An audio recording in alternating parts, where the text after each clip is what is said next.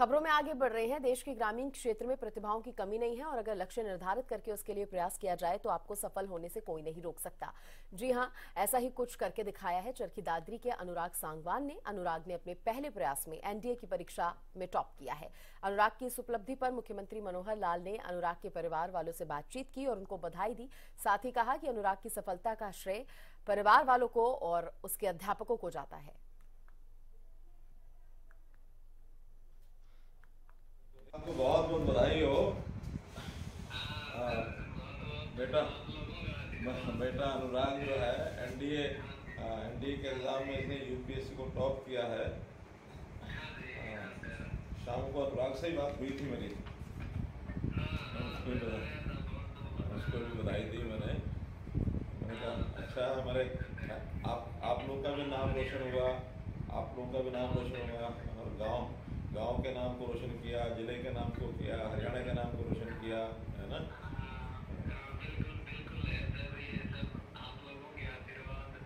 इतनी मेहनत तो अनुराग ने की, आप लोगों का सहयोग ज़्यादा रहा क्योंकि आप माता पिता का तो बहुत बड़ा सहयोग होता है। फिर उसके अध्यापकों का, उसके जितने भी पढ़ाने वाले लोग हैं सबको ही श्रेय जाता है इस बात का कि उसको टॉप पोजीशन मिलने में उसकी अपनी मेहनत तो है ही है, लेकिन सहयोग करने वाला तो सब है।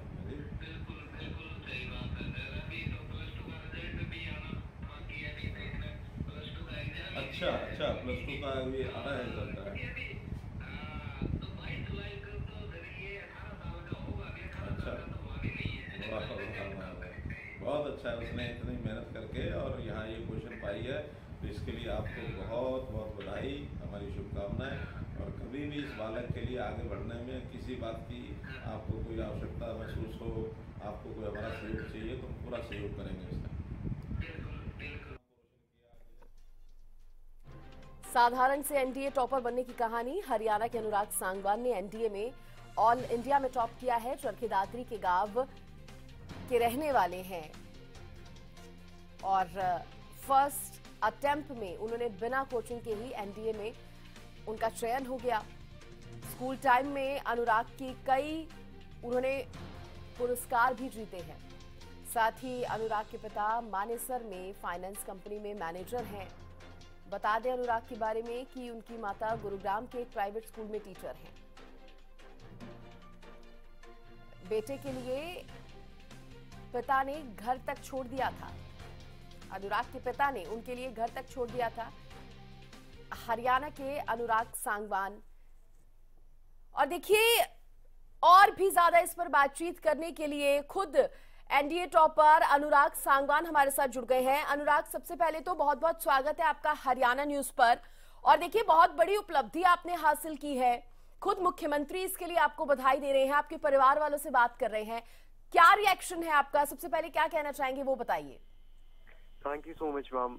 मेरे परिवार और मेरे दोस्तों की मदद थी जिसके बिना ये संभव नहीं हो सकता था। बहुत खुशी का मौका है मेरे परिवार वालों के लिए और मेरे दोस्तों के लिए कि मैंने उनका सपना भी साकार करा और उन्हें जो मुझसे उम्मीद थी मैं उन पे खड़ा उतर सका। अनुराग, कितनी मेहनत करनी पड़ी इस लक्ष्य को प्राप्त करने के लिए?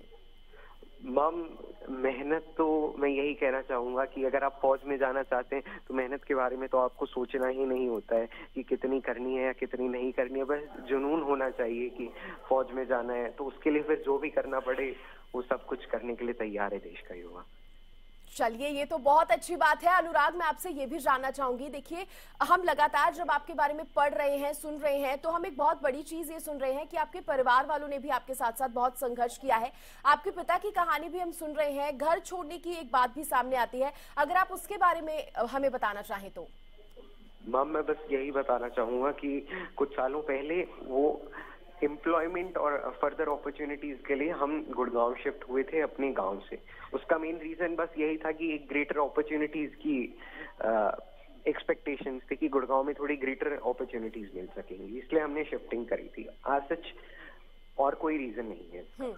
तो कहीं ना कहीं आपके भविष्य को देखते हुए भी आपके परिवार वालों की तरफ से कदम उठाया गया होगा। अनुराग, कभी भी किसी तरह का कोई प्रेशर भी आपने फील किया या शुरू से ही आपका खुद इंटरेस्ट रहा है पढ़ने में और जो आप लक्ष्य प्राप्त करना चाहते थे उसको लेकर? नहीं मैम, मैं बस यही कहना चाहूंगा कि अगर हम आर्मी में जाने के लिए रेडी हैं तो प्रेशर नाम की चीज तो हमें सोचनी ही नहीं होती है जीवन में। और अगर कोई फौज में जाने के लिए तैयार है तो फिर उसके लिए प्रेशर और ये चीजें नहीं होती हैं। उसमें बस एक जुनून होता है और एक जोश होता है कि देश की सेवा करनी है, तो उसके लिए हम जो भी कर सकते हैं अपनी ओर से वो करने के लिए तैयार है। अनुराग, आपसे देखिए मैं एक ये सवाल भी करना चाहूंगी, क्योंकि आपकी बातों से ही पता चल रहा है कि लगन कितनी ज्यादा है आपके अंदर, तो आपने उसके लिए मेहनत भी की है। जब मुख्यमंत्री ने खुद आपसे बात की, आपके परिवार वालों से बात की, वो कैसी फीलिंग थी? प्राउड फील कर रहे थे? यस मैम, हम बहुत गौरवान्वित महसूस कर रहे थे कि हम अपने जीवन काल में ऐसे दिन देख पाए कि मुख्यमंत्री जी से हमारी बात हो सके। क्या बातचीत हुई? सीएम ने क्या कुछ कहा आपको? इसके बारे में आप बताएंगे कुछ? मैम, वो बधाइयां दे रहे थे और बहुत खुश थे कि हमारे प्रदेश का नाम रोशन हो पाया एक राष्ट्रीय स्तर पे।